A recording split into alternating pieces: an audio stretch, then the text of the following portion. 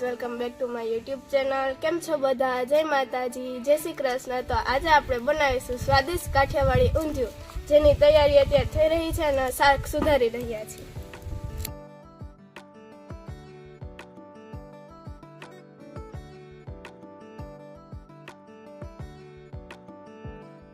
તો મેં અને બાએ થઈ સરગવાની સિંગુ પણ સુધારી લીધી અને બા અહીંયા મેથી વીણે છે। દીદી પણ હેલ્પ કરવા માટે આવી ગઈ હતી।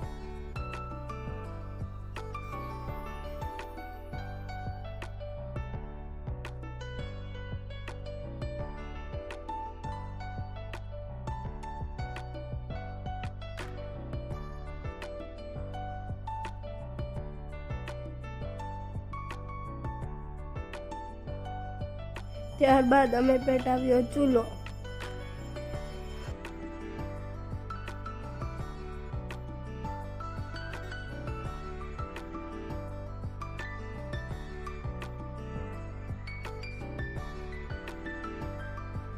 તો ઊંધિયા માટેની ગોળીઓ પણ આપણે સારી રીતે તળી લઈશું।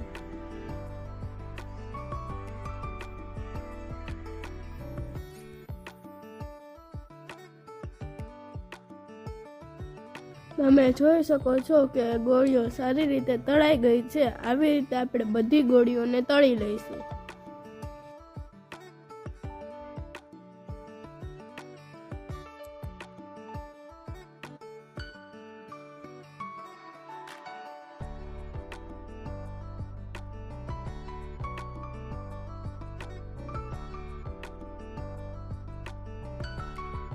તો અમે અહીંયા ઘણા બધા ઝાડવા પણ વાવ્યા છે।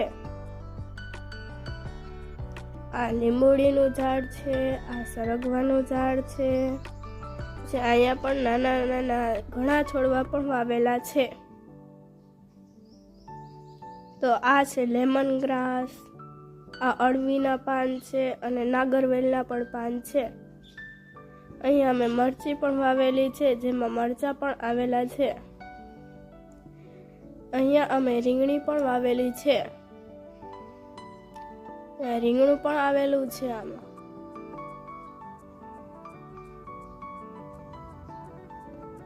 તો અરડુસી છે અને આ શેરડી છે। ત્યારબાદ આપણે કોબી, વાલ, દૂધી, સરગવો, બટેટા, ફ્લાવર, ટિંડોરા, ગુવાર, ગાજર, સુરણ, વટાણા, રતાળું અને ભરીને કેળા, ભરીને રીંગણા અને ભરીને મરચાં, બીટ અને ગોળીઓ તૈયાર થઈ ગઈ છે। તો આ બધી સામગ્રી આપણે ઊંધિયામાં નાખવા માટે જોશે। તો સૌપ્રથમ આપણે રતાળુને સારી રીતે તળી લઈશું।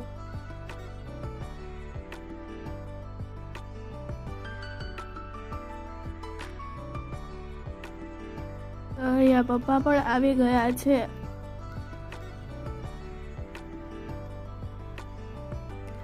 રતાળુને ગોલ્ડન બ્રાઉન થાય ત્યાં સુધી આપણે તેને સારી રીતે તળી લઈશું।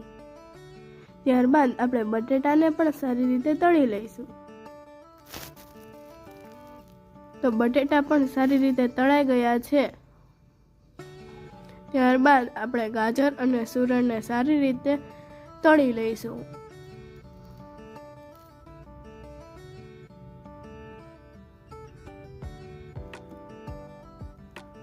તો ગાજર અને સુરણ પણ સારી રીતે તળાઈ ગયા છે।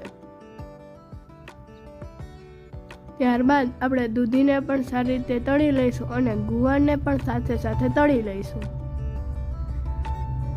તળાઈ જાય એટલે તેને આપણે બહાર કાઢી અને બીજા વાસણમાં રાખી દઈશું।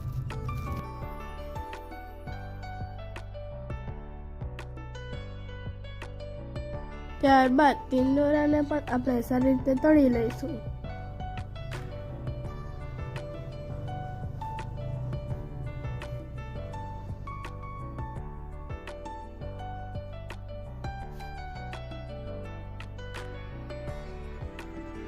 તો આપણે ફ્લાવરને પણ સારી રીતે તળી લઈશું।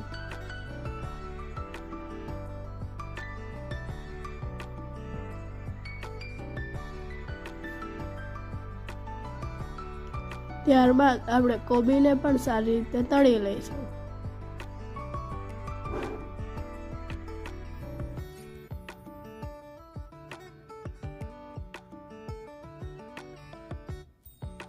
ત્યારબાદ આપણે વટાણાને પણ સારી રીતે તળી લઈશું અને સરગવાને પણ તળી લઈશું.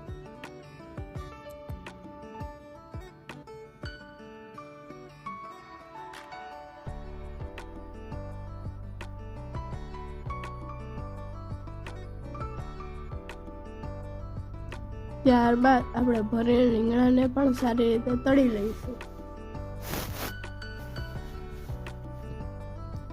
અને ભરીને કેળાને પણ આપણે સારી રીતે તળી લઈશું.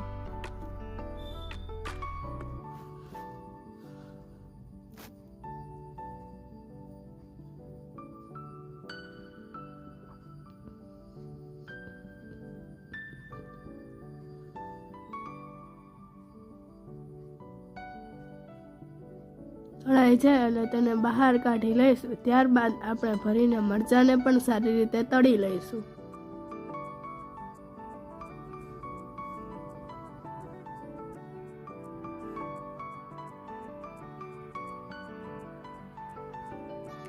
ત્યારબાદ તળાઈ જાય એટલે તેને આપણે બહાર કાઢી લઈશું. ત્યારબાદ મસાલો, મીઠું, આદુ મરચાંની પેસ્ટ, બીટની પેસ્ટ, તમાલપત્ર, મરચાં, બાદિયા, તલ, કોથમીર, ટમેટાની પેસ્ટ, વરિયાળી, લીમડો, લવિંગ, ટમેટા, લીંબુ, આદુની પેસ્ટ, મેથી, ખાંડ, ગરમ મસાલો અને ઊંધિયાનો મસાલો જોશે. ત્યારબાદ એક પેનમાં આપણે થોડુંક તેલ લઈશું. ત્યારબાદ તેમાં આપણે રાઈ, જીરું અને હિંગને સારી રીતે વઘાર કરી લઈશું. ત્યારબાદ તેમાં આપણે મીઠો લીમડો એડ કરીશું. પછી સૂકા લાલ મરચાં, તમાલપત્ર, બાદિયા અને તજને પણ સારી રીતે મિક્સ કરી દઈશું. ત્યારબાદ લાલ મરચાંની પેસ્ટ પણ એડ કરી દઈશું. તેમાં આપણે તલ પણ એડ કરી દઈશું. ત્યારબાદ તેમાં આપણે ટમેટા એડ કરી અને સારી રીતે હલાવી દઈશું.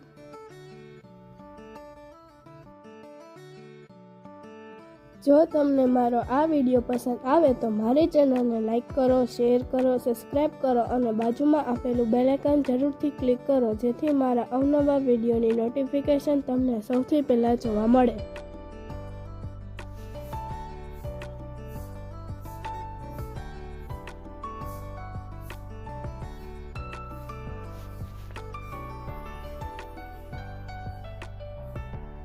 ત્યારબાદ તેમાં આપણે હળદર એડ કરીશું. તેમાં જીરું પણ એડ કરીશું. લાલ મરચું પાવડર પણ એડ કરીશું. ત્યારબાદ તેને આપણે સારી રીતે મિક્સ કરી દઈશું. તેમાં આપણે થોડી ખાંડ પણ એડ કરીશું. હવે તેમાં આપણે નમક એડ કરીશું. તેમાં આપણે પાણી પણ એડ કરી દઈશું.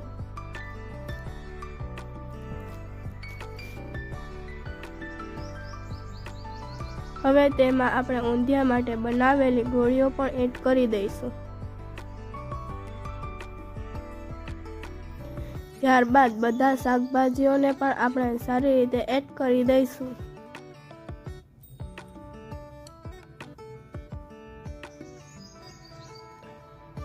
અહીંયા ખૂબ જ ઠંડો ઠંડો પવન પણ આવી રહ્યો છે.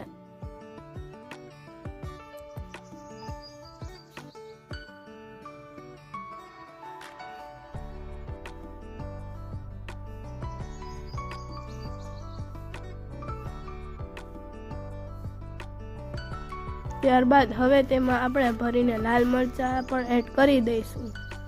ઊંધિયાનો મસાલો પણ એડ કરી દઈશું. ત્યારબાદ તેમાં આપણે ગરમ મસાલો પણ એડ કરી દઈશું.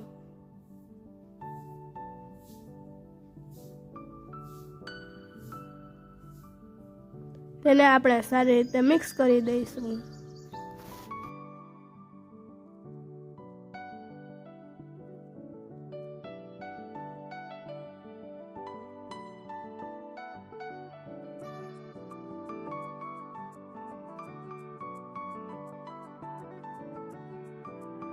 ત્યારબાદ હવે તેના ઉપર આપણે કોથમીર એડ કરી દઈશું.